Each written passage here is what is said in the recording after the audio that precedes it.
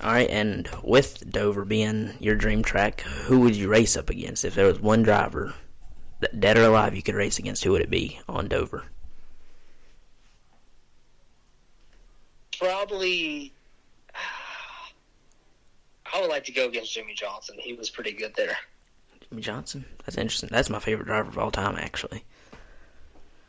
Oh, yeah. Mr. Seven Time. Good old 7-time. It's interesting. I don't think I've ever heard Jimmy Johnson or Dover before, so that's pretty cool. And what would you race up against him in? Like, what kind of car? I don't have experience in the Cup cars. Make it fair, I would say trucks. Trucks. That'd be a cool race. Has Jimmy Johnson ever ran a truck race before?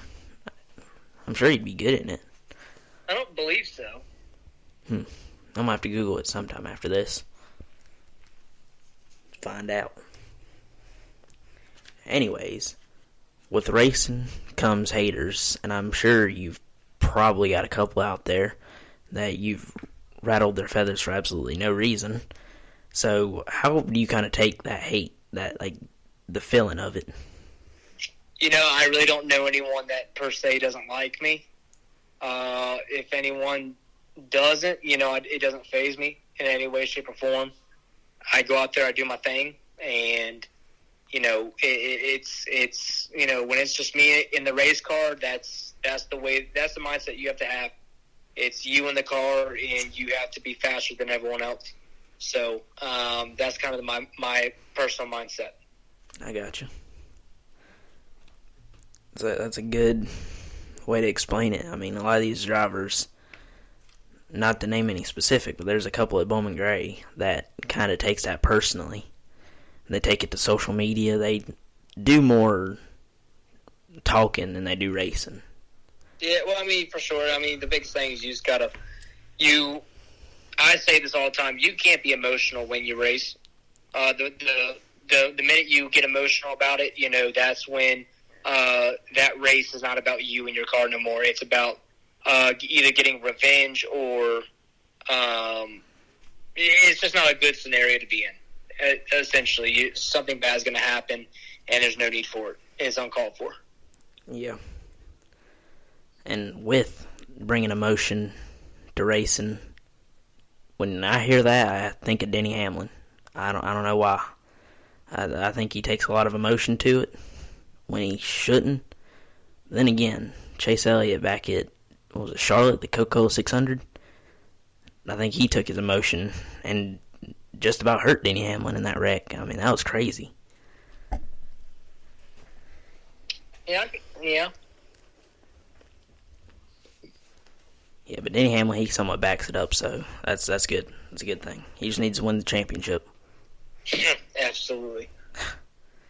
And speaking of championships, do you ever see yourself maybe in a full-time ride to compete for a championship in Xfinity or the Truck Series? Yeah, I would love to. But like I said, that takes capital. Capital is hard to come across nowadays. And when I say capital, I mean money.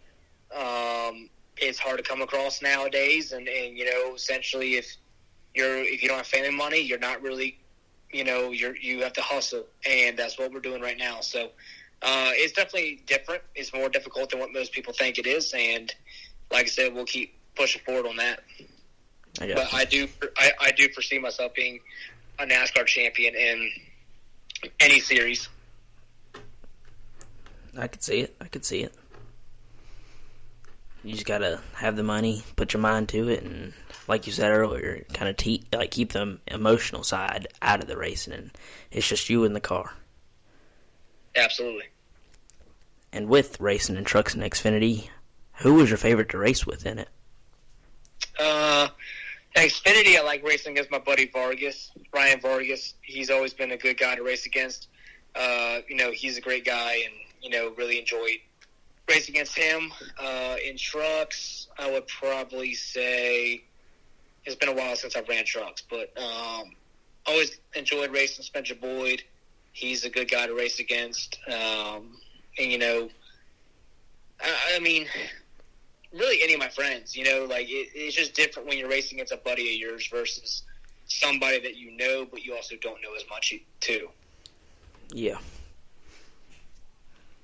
So Spencer Boyd and Ryan Vargas. Yes. Interesting. I actually have Spencer's hero card up here. I need to get yours. If you make any hero cards here soon, let me know, and I don't know where I can get them. But it'd definitely be nice to get one. Oh, for sure. Also, I want to do this little promo here, which is what I do just about every time we do one of these, which is shout out my YouTube channel, just in case people are interested. Anyways, folks and Howie, I go to Bowman Gray every Saturday night and film the races, kind of like flow racing, but instead of commentating and different camera angles, it's pretty much just one camera angle and racing. There's no annoying commentating, no just 1-2 footage. It's the whole night, full field. You get to see everything. So yeah, I had to put that out there, SNR, aka Saturday Night Racing. And also follow my Instagram.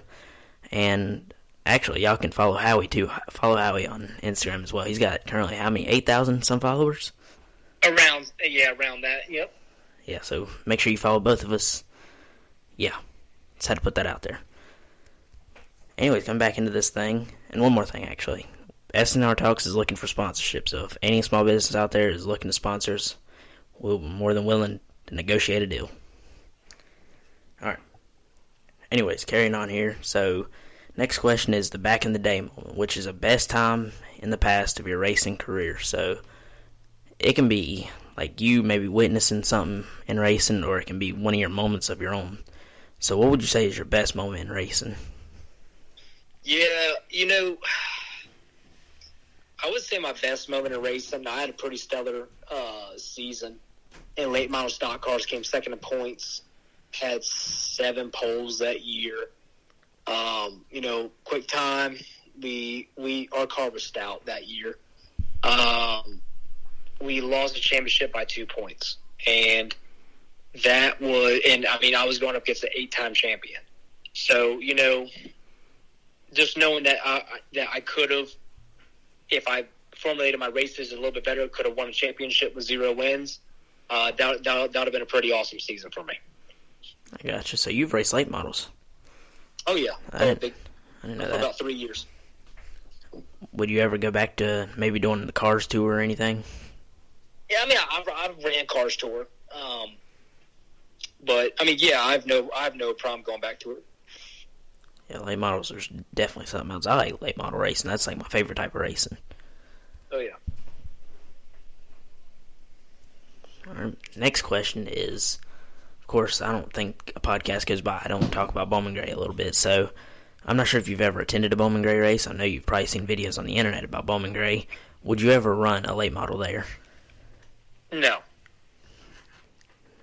I would if it was a free ride, but besides that, I would not pay money and go and race there or build my own car to go there, just because I've seen videos and I don't feel like putting a front clip on it every week and or fixing the body every week.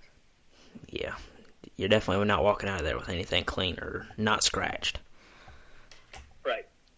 So I understand your viewpoint from that, but it's definitely fun watching it though. Watching what people that don't watch racing call rednecks go around in a circle having a demolition derby. Really going around a football field. Yeah, football field.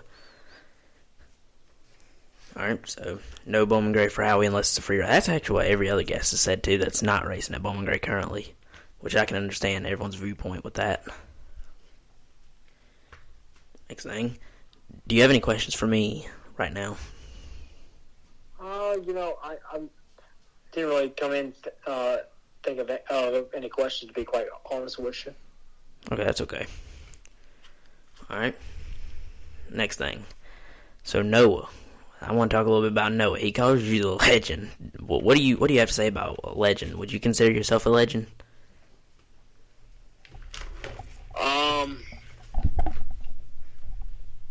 Depends who you ask. Right? Yeah. When it comes down to some of my hunting buddies and stuff like that, yeah, but come down to the NASCAR guys, not really, I'm just another guy out there handling stuff just like they are.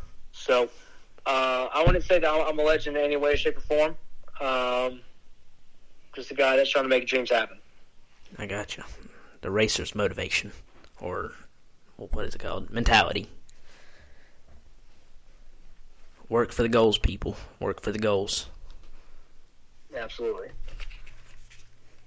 All right. Next thing is...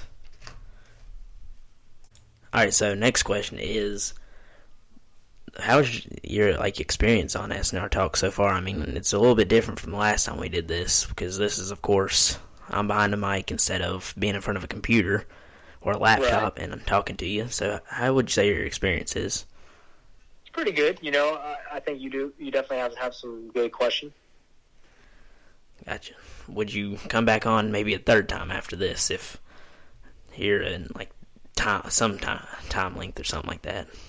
Yeah, absolutely. I would like to get a race under my belt, and then come back on and we can talk about a little bit more racing, after I've been in a race car. Yeah.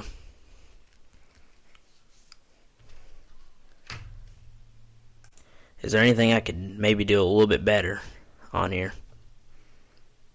No, you're all good, man. You're all good. Okay, appreciate it.